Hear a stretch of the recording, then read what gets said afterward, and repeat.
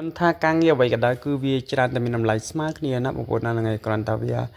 យតម្លៃទៅលើតាមផ្នែកនីមួយៗដែលយើងស្រឡាញ់ពេញចិត្តហ្នឹងហើយដូចជាការកាត់សក់អញ្ចឹងគឺវាជាផ្នែកមួយនៃការងារសម្រាប់ខ្ញុំស្រឡាញ់ពេញចិត្តអញ្ចឹងទេគឺខ្ញុំហុចតម្លៃឲ្យវាច្រើនមែនទេបងប្អូនណាអើយបងប្អូនមួយចំនួនគឺគាត់អត់ស្រឡាញ់ពេញចិត្តការងារហ្នឹងគឺគាត់អត់សូវឲ្យតម្លៃទេគាត់ថាការងារកាត់សក់ហ្នឹងវាបានលុយតិចចឹងណាបងប្អូនហ្នឹងហើយក៏វាមិនសមនឹងកាត់អីចឹងទៅគាត់ថាការងារហ្នឹងវាស្រាលពេកចឹងទៅបងប្អូនហើយសម្រាប់គាត់អ្នកនិយាយហ្នឹងគឺគាត់អ្នកធ្វើការសំណងអីចឹងទៅគាត់និយាយចឹងណាគាត់ថាធ្វើការសំណងគេបានប្រាក់ខែរៀងក្រាលដែរចឹងទៅចូលអីកាត់សក់មួយថ្ងៃត្រឹមតែបាន5000ត្រឹមបានម្នាក់ view ហ្នឹងហើយអញ្ចឹងទេក៏ការងារហ្នឹងគឺវាផ្នែកមួយនៃការស្រឡាញ់ពេញចិត្តរបស់ខ្ញុំចឹងទៅហើយសម្រាប់បងប្អូនគាត់ធ្វើសំណងគឺជាការងារដែលគាត់ស្រឡាញ់ពេញចិត្តអីចឹងទៅហ្នឹងហើយអញ្ចឹងបានថាវាខុសគ្នាសំខាន់គឺយើងចេះឲ្យតម្លៃការងារដែលយើងធ្វើហ្នឹងហើយអញ្ចឹងមិនថាការងារអ្វីក៏ដោយបងប្អូនគឺវាច្រើនតែមានតម្លៃស្មើគ្នាបងប្អូនណាតាមផ្នែកការងារនីមួយៗហ្នឹងហើយទៅវាហុចផ្លែផ្កាឲ្យយើងអញ្ចឹងបងប្អូន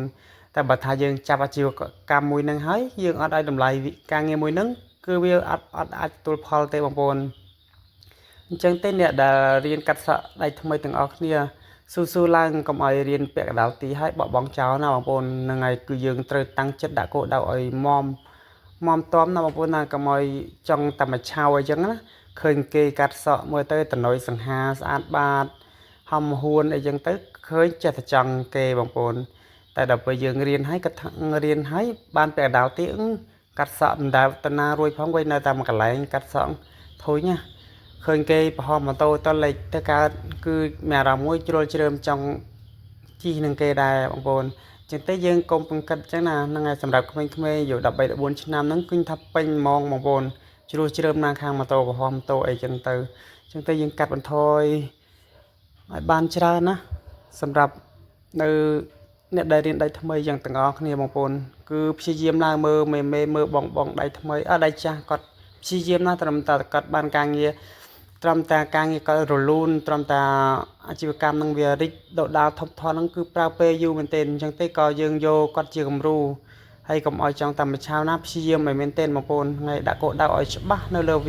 អាជីវកម្មមួយហ្នឹង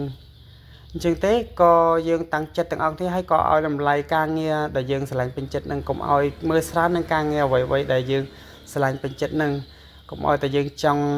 ធ្វើហើយគឺយើងអត់ឲ្យតម្លៃគ្នាចិត្តតែរៀនទៅកុំកិនអញ្ចឹងណាគឺយើងតាំងចិត្តដាក់គោលដៅឲ្យមមតំទៅវាហុចផ្លែផ្កាឲ្យយើងថ្ងៃណាមួយមិនខានតែសំខាន់គឺយើងប្រើពេលវេលាបន្តិចអញ្ចឹងណាហ្នឹងហើយរងចាំពេលវេលាទៅវាហុចផ្លែផ្កាឲ្យយើង